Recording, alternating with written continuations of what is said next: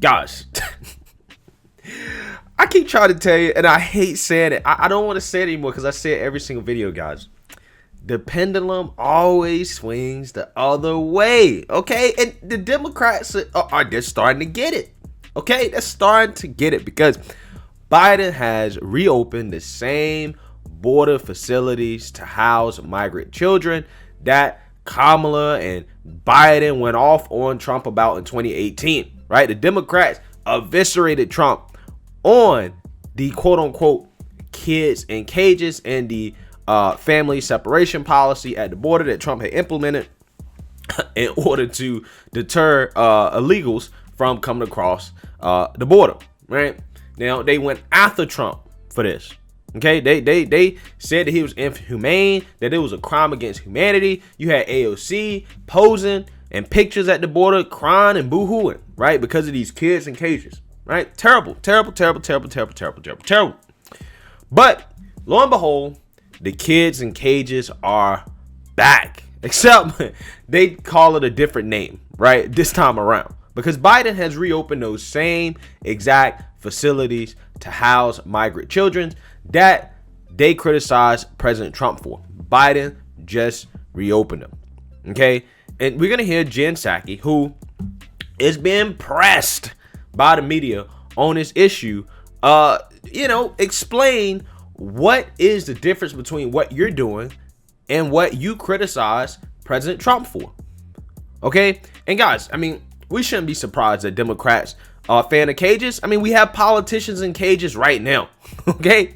So, they're a fan of cages, right? Despite what they say. And also, despite what they say, they talk a whole lot of smack about Trump and his immigration policies, but they call President Obama the deporter in chief for a reason. I mean, Obama wasn't exactly liberal on certain immigration policies, right? Particularly at the border. I mean, I'm pretty sure he has deported more people than Trump, right? Formally. So, it's just funny how, people want to get on Trump about his immigration and border policies, but under the Democrats, particularly Obama, and we might see with Joe Biden, we may see the same thing. Who knows? Biden seems like he's going to just kind of let everybody in. Who knows? But particularly under Obama, I mean, statistically, Obama was worse, right, than Trump to a certain extent. If you count, deportations as being a bad thing, which, a lot of people don't. So enough of that. Let's hear Ms. Jen Psaki try to defend the hypocrisy from the Democrats. To that point, why is the Biden administration reopening a temporary facility for migrant children in Texas? Well, first, the policy of this administration, as you well know, but just for others, is not to expel unaccompanied children who arrive at the border. And the process, how it works, is that Customs and Border Control continue to transfer unaccompanied children to the HHS Office of Refugee Resettlement. That can take a couple of days. I just want to give this context because people need to understand the process.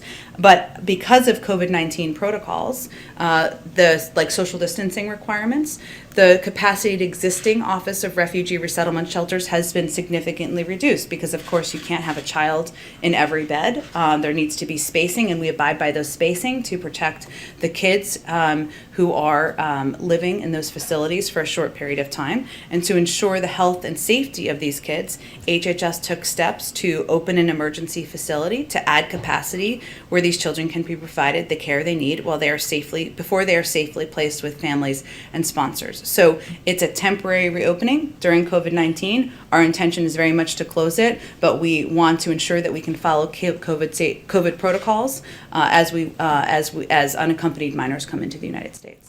So you're putting kids in cages because of COVID. I mean, that's basically what she said. I mean, again, she tries to use COVID as an excuse where it's like, it's justified for us to put the kids back in cages because of COVID. Don't you know this is a pandemic? Okay.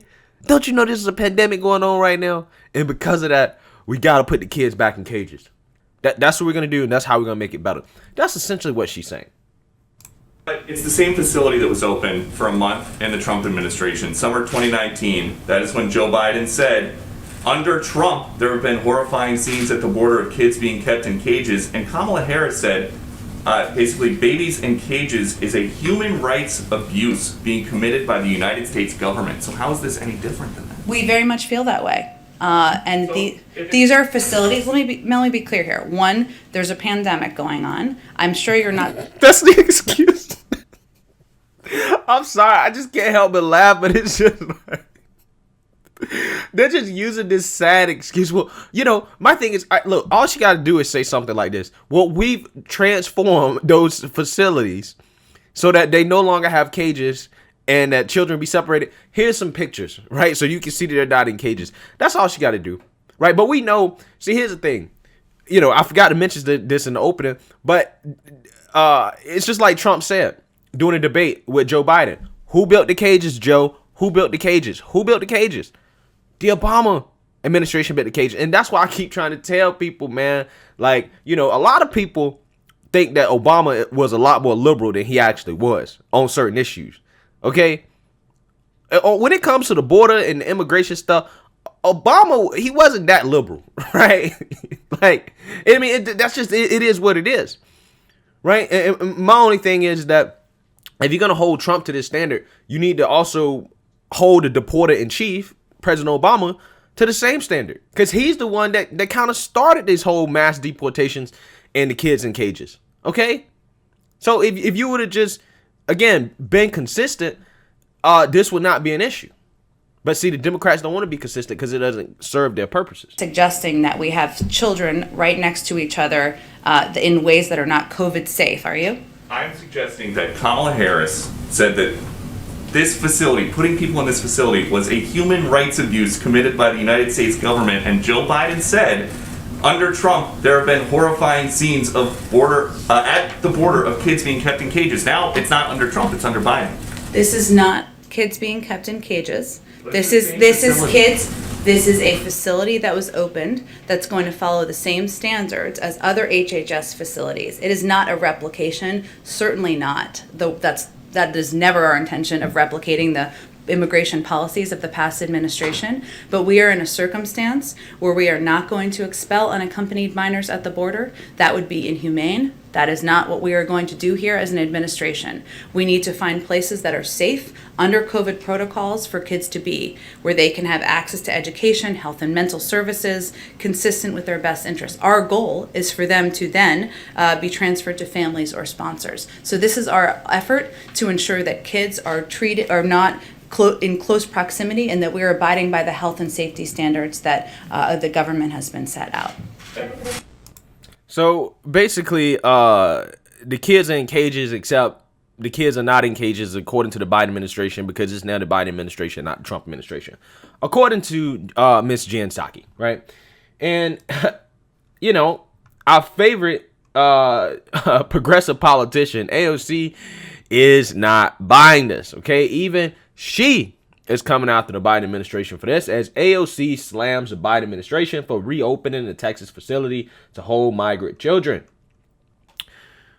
New York Representative Alexandria Ocasio-Cortez slammed the Biden administration on Tuesday for reopening a Texas facility to hold migrant children. The Bronx Democrat was reacting to a report that the emergency facility in Carrizo Springs, Texas, was being reopened to hold up to 700 children ages 13 to 17. Quote, "This is not okay, never has been okay, never will be okay, no matter the administration or party," she tweeted.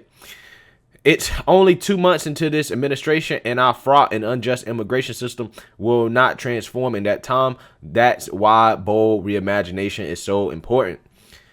I got to give AOC credit here. What credit is due, right? She, despite Joe Biden being in her party, is sticking up for the things that she believes in. Okay? Now, regardless of whether or not you agree with what AOC believes in, or you agree with her opinions, she is holding people on her team to a higher standard. She's holding them to their words, right? And for that, I have to have some amount of respect for the fact that she is willing to do that, because she could easily, like most of the Democrats will do, is ignore this, act like it's not a thing, and just ignore it. Okay, that's what most of them will do. But AOC, who again was pictured in photo ops, at the border crying and whining about the kids in cages, at least she comes out and she's being consistent, right? So she gets points for consistency. What she doesn't get points for is the rest of the things that she says. In a separate tweet referring to the Department of Homeland Security, Ocasio-Cortez says DHS shouldn't exist. Agencies should be reorganized. ICE gotta go. Ban for-profit detention. Create climate refugee status and more. Now, I don't know about all that, AOC. See, this is where AOC goes too far on this. I'm not for getting rid of ICE, right? I'm not for getting rid of these Department of Homeland Security. I mean, Jesus Christ, man. We got to protect our country, okay? We got to protect our borders. We just can't be letting anybody walk up in our country. You know what I'm saying? So, you know, I'm not with AOC on this. And I think this is where AOC really loses a lot of people, right? Because she says a lot of good things, but she'll start to say some very extreme things that's just like, nah, I can't get on board with this. You too extreme. The reopening at Texas and Homestead, Florida is crucial because space was limited in other facilities for undocumented children so they could social distance during the pandemic, according to the Washington Post. Mark Weber, a Department of Health and Human Services spokesman, told the outlet that putting minors in permanent centers is ideal, but for now, they would stay in the influx shelters in Carrizo and Homestead. Yeah, kids in cages, man. So they put kids back in the cages, and they blamed it on the pandemic. They said that the pandemic caused them to put kids in cages. So there you have it, guys. Let me know what you guys think. Obviously, the Democrats here are being hypocrites, right? Because they said it was a crime against humanity, that it was a human rights abuse, that it was all this and all that under Trump, right? Even though Trump didn't build these cages, Obama built them. They made all these accusations about Trump, right? From a moral standpoint about how bad these facilities were. Now, if these facilities are so bad, I don't think COVID is an excuse to put those children back in those facilities. If these facilities were as bad as you claim. Now, if they renovated the facilities, that's one thing, right? And if they did, they should say something, right? That, hey, we renovated these. They're the same location, but they're not the same facilities. If that's the case, they should say that. But that's not what they're saying. What they're saying is that they're moving them there temporarily because of COVID, which means they're putting kids in cages. But see, they don't want to call it that because it's Joe Biden doing it and not Trump. So, you know, it's just funny how the standard goes. And it's always the semantics game that the Democrats love to play. Everything is semantics with the Democrats. Okay, but you can't let them get away with it. You got to call them out on the BS. So I'm glad the media is kind of calling this out to a certain extent. We'll see where this goes. Let me know what you guys think. Make sure you like, comment, and subscribe. Most importantly, share a Black conservative perspective. Peace.